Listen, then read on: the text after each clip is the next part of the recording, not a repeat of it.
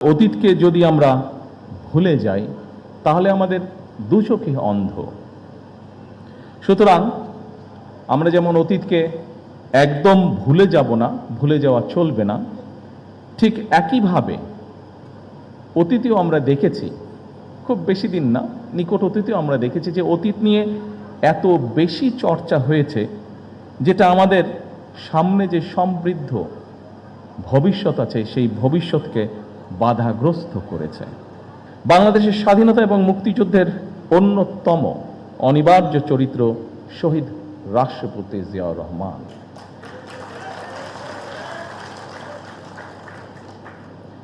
আমরা দেখেছি অতীতে যেভাবে শহীদ জিয়াউর রহমানকে, তার অবদানকে, তার কাজকে খাটো করার চেষ্টা করা হয়েছে, এর থেকেই প্রমাণিত হয়েছে শহীদ রাষ্ট্রপতি জিয়াউর রহমান অবশ্যই বাংলাদেশের মুক্তিযুদ্ধের একজন অনিবার্য চরিত্র।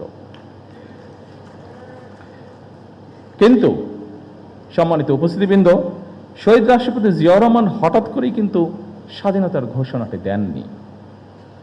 শহীদ জিয়া প্রথম জীবনে অবশ্যই একজন রাজনৈতিক কর্মী ছিলেন না, তিনি একজন সামরিক সৈনিক ছিলেন।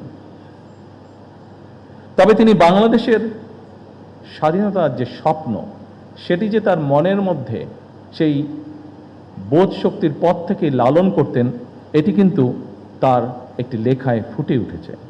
স্বাধীনতার চিন্তা চেতনা যে তিনি ধারণ করতেন, একটি স্বাধীন বাংলাদেশের জন্য যে তার একটা দীর্ঘ মানসিক প্রস্তুতি ছিল, সেটি আমরা তার একটি লেখা থেকেই পরিষ্কারভাবে বুঝতে পারি। কথাগুলো আমার নয়, কথাগুলো কারো মন গড়াও নয়, এই কথাগুলো আমরা তার নিজের লেখনী থেকে আমরা জানতে পারছি।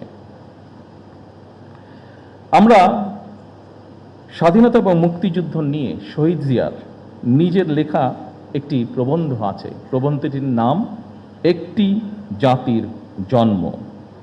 সেখানেই এই কথাটি আমি আগেও বলেছিলাম, একটি জাতির জন্ম প্রবন্ধটি, সেখানে প্রবন্ধটি যথেষ্ট বড়। আমি খুব সংক্ষেপে সেই প্রবন্ধের দু একটি লাইন আপনাদের সামনে বলবো, যেখান থেকে পরিষ্কার হয়ে যাবে পুরো বিষয়টি। এই প্রবন্ধের মাধ্যমেই আমরা জানতে পারি যে স্বাধীন বাংলাদেশ, সার্বভৌম একটি বাংলাদেশের স্বপ্ন বহুদিন যাবৎ শহীদ জিয়ার মনে শহীদ জিয়া লালন করছিলেন। শহীদ প্রেসিডেন্ট জিয়াউর রহমানের লেখা নিবন্ধটি দৈনিক বাংলা পত্রিকার প্রথম 1972 সালের 26শে মার্চ প্রকাশিত হয়েছিল। এই প্রবন্ধটি ছিল বাংলাদেশের প্রথম স্বাধীনতা দিবস। 1971 সালে দেশ স্বাধীন হবার পরে প্রথম যে আমরা স্বাধীনতা দিবস পালন করি, সেই দিবস উপলক্ষে যে প্রথম ক্রোড়পত্রটি প্রকাশিত হয়েছিল, সেই ক্রোড়পত্রে এই লেখাটি ছাপা হয়েছিল বা প্রবন্ধটি ছাপা হয়েছিল। প্রবন্ধটি ছিল এইরকম, যেই লাইনটি আপনাদের সামনে আমি উল্লেখ করতে চাইছি।